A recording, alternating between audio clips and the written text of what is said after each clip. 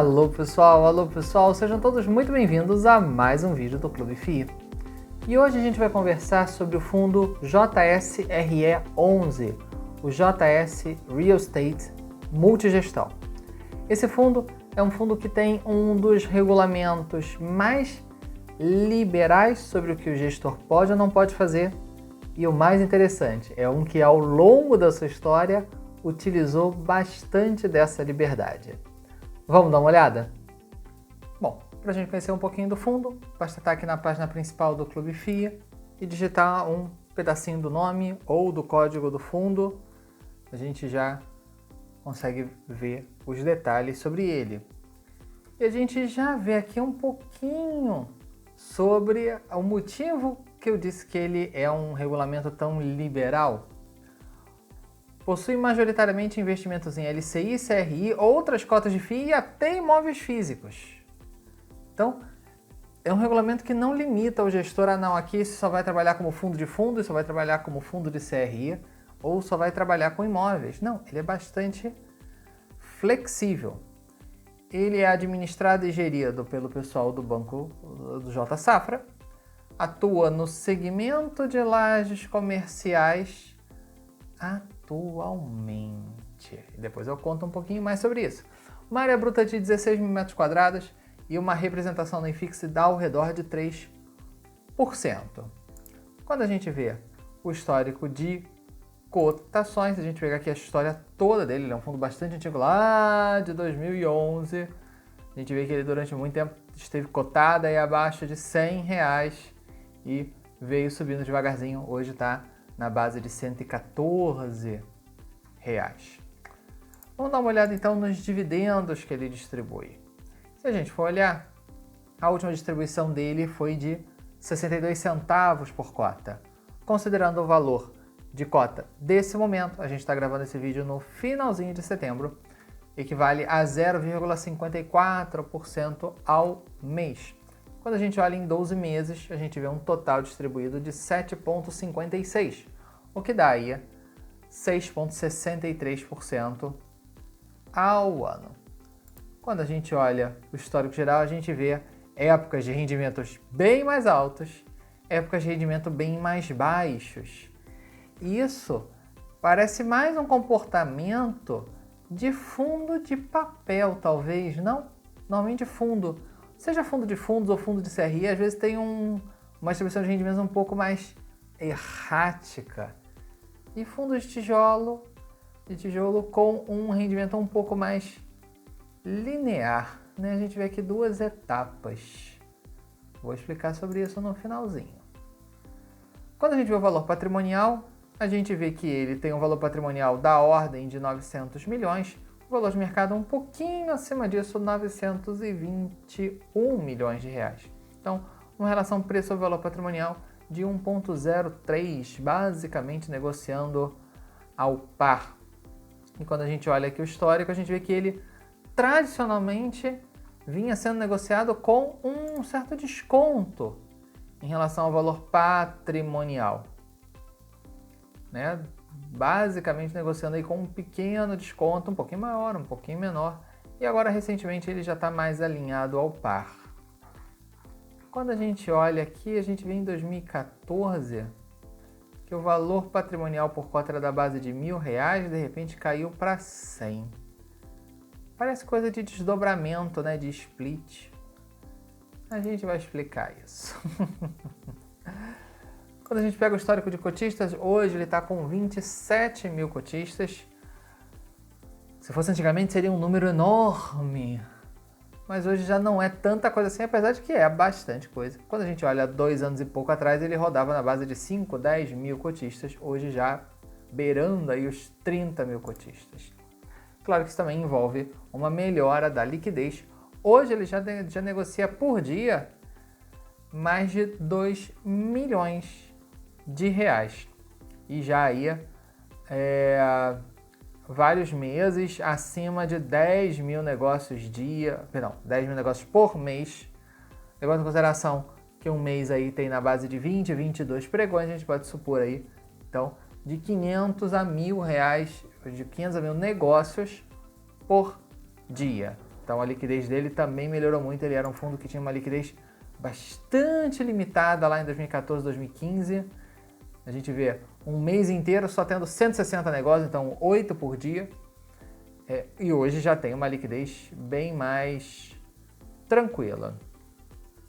Vamos dar uma olhadinha aqui na parte dos comunicados para a gente ver o último relatório gerencial dele.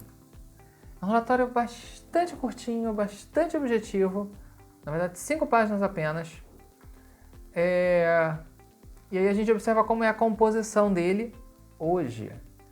77% dele é em imóveis, 13% é em cotas de outros fundos, 6% em títulos públicos, aqui basicamente é caixa, né, para fazer alguma aquisição em algum momento futuro, e 4% em CRIs.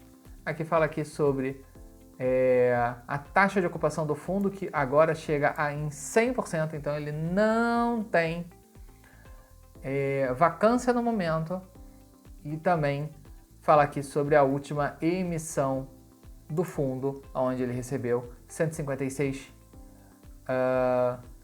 milhões de reais no direito de preferência e depois totalizou 600 milhões já incluindo esse direito. Então isso justifica, vamos dizer, tem esse caixa, e esse caixa ainda vai ser incrementado com o valor que vai ser integralizado dessa oferta. Bom, então a gente vê um pouquinho disso, a gente aqui mostra os dados históricos do fundo, dividend yield, valor de cota e tudo mais. E a gente vê aqui então o nome dos 3 imóveis que ele tem. Então, é um portfólio pequeno, onde são apenas 3 imóveis. Um deles representa quase que 50% do patrimônio do fundo, outro representa 30%, e um aqui que na verdade é um pedaço de um prédio, acho que é só um andar, se eu lembro bem, menos de 1% do patrimônio do fundo. A carteira de FIIs também estreitinha, né? Apenas 5 fundos. É um fundo bastante pequeno, então ele não consegue ter uma carteira muito diversificada. E 2 CRIs. Na parte do portfólio de imóveis, a gente vê a ocupação atualmente em 100% e um portfólio razoavelmente diversificado em inquilinos. E aqui a gente consegue ver a localização de cada um desses imóveis. Ele mostra aqui os andares e como que está essa ocupação de cada andar. Ele faz a separação aqui por parte de cada inquilino. E aqui o de Botafogo, me corrijo, são 2 andares. Eu tinha dito que era apenas um, na verdade são 2. Mas é um imóvel bastante pequenininho. A gente vê que cada andar apenas 300 metros quadrados. Por isso parece que na verdade é um andar só. E agora eu vou resolver e explicar esse mistério que eu criei. Na verdade, esse fundo ele é a junção de 3 fundos. Em 2014, haviam 3 fundos geridos pelo pessoal da J Safra. E em assembleia, os cotistas dos 3 fundos decidiram por unificá-los sob o código do JSRE, que era um deles, era o maior deles. Então, ele acabou assumindo o patrimônio dos outros 2 fundos. E por isso ele precisava de um regulamento bastante flexível. Tanto é que ele já teve épocas dele ser mais de 90% fundo de fundos. Ter alguma coisinha ali de CRI, uma coisinha de caixa, que é natural, e ter apenas um único imóvel, que é aquele no Rio de Janeiro com 2 andares, que representava cerca de 1%, um pouquinho mais de 1% do patrimônio dele. Então ele sempre foi, ou há muitos anos, ele é muito mesclado. E ele, ao longo dos anos, foi reconstruindo a sua identidade. Porque ao receber portfólios tão diversos, o fundo fica meio amorfo, meio sem uma personalidade. E ele agora, ao longo dos anos, vem reconstruindo essa personalidade, ainda com a vantagem de um regulamento extremamente flexível, que dá ao gestor a liberdade de alocar em praticamente qualquer tipo de ativo que ele entenda que faça sentido naquele momento, mas que o fundo vai ganhando aos pouquinhos a sua personalidade de ter aí um percentual bem mais alto alocado em imóveis. Então isso explica um pouquinho por que aqueles rendimentos bastante erráticos. Ele era um fundo basicamente fundo de fundos e hoje ele é um fundo bem mais de tijolo, 70 e tantos % é alocado em tijolo. Então a gente vê essa mudança de personalidade inclusive nos números dele.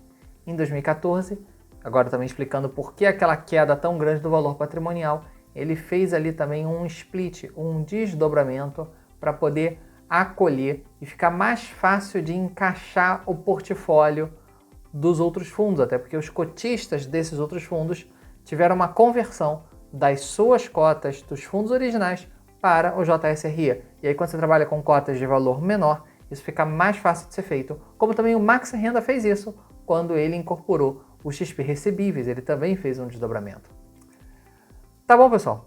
Espero que vocês tenham gostado dessa história. Um forte abraço e até a próxima. Tchau, tchau!